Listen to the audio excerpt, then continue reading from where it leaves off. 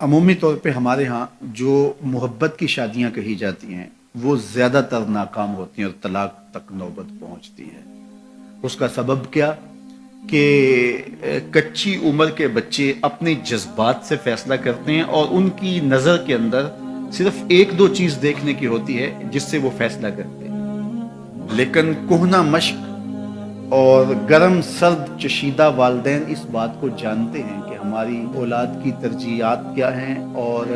جو ہے وہ ازدواجی زندگی کیسے خوبصورت گزرتی ہے۔ اس لیے وہ جو فیصلے کرتے ہیں وہ فیصلے جو ہے وہ بہت اچھے ہوتے ہیں۔ کبھی ایسا ہوتا ہے کہ اولادوں کو اللہ تعالیٰ فہم، فراست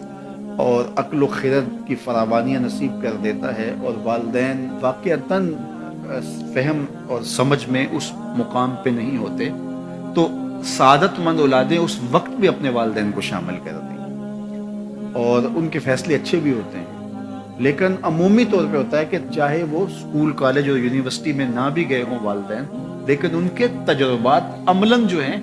وہ زیادہ ہوتے ہیں۔ اسی لیے فرمایا گیا سید عائشہ رضی اللہ تعالیٰ عنہا سے مروی روایت ہے، ایما امرأۃ نکحت بغیر اذن ولیہا فنکاحھا باطل فنکاحھا باطل فنکاحھا باطل، 3 مرتبہ فرمایا جو خاتون اپنے ولی کی اجازت کے بغیر نکاح کرتی ہے اس کا نکاح باطل ہے، اس کا نکاح باطل ہے، اس کا نکاح باطل ہے۔ تو عمومی طور پہ وہ نکاح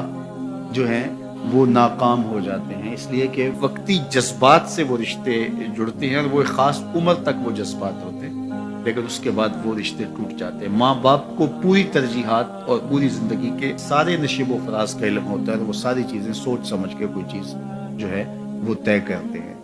اس میں بعض کا ایسا بھی ہوتا ہے کہ والدین بچوں کی ترجیحات دیکھے بغیر اپنی خواہش کو مقدم کر دیتے ہیں، تو یہ چیز بھی تناؤ کا سبب اور طلاق کی نوبت تک پہنچا دیتی ہے۔ یعنی بعض کا ماں باپ کو ضد ہوتی ہے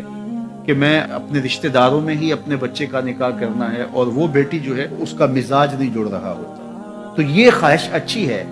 لیکن اگر ان کی زندگی تلخ ہوگی تو اپنی خواہش کو اولاد کے لیے قربان کرنا ہوگا۔ بہرحال جو بھی ذرائع ہیں طلاق کے، جو بھی اسباب ہیں، محرکات ہیں،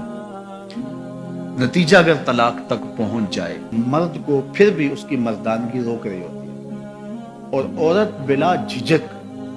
جب وہ جذبات میں آتی ہے تو وہ طلاق مانگنے میں دیر نہیں کرتی،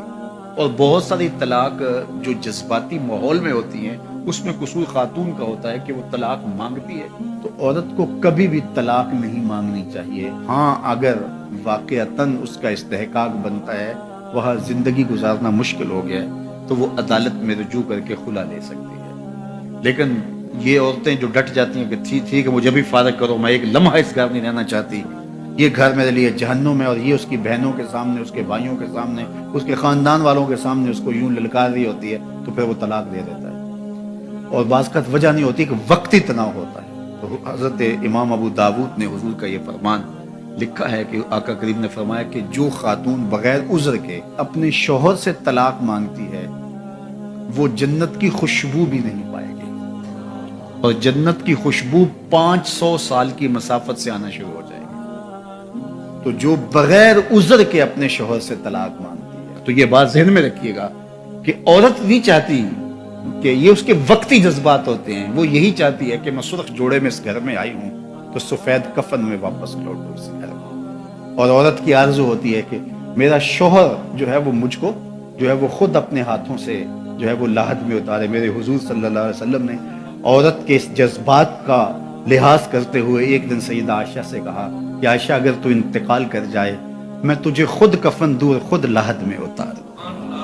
تو حضرت عائشہ رضی اللہ تعالیٰ عنہ کی چشمان اقدس سے آنسو آ گئے کہ یہ اگر ہو تو میرے لیے اس سے بڑا کیا احساس ہے کہ میرا شوہر میرا خود جنازہ پڑھے اور خود مجھے کفن دے اور خود مجھے لاحد میں اتارے۔ تو گھر ٹوٹنے سے بچیں، اور میاں بیوی کا جس طرح یہ دنیا میں رشتہ ہے تو یہ رشتہ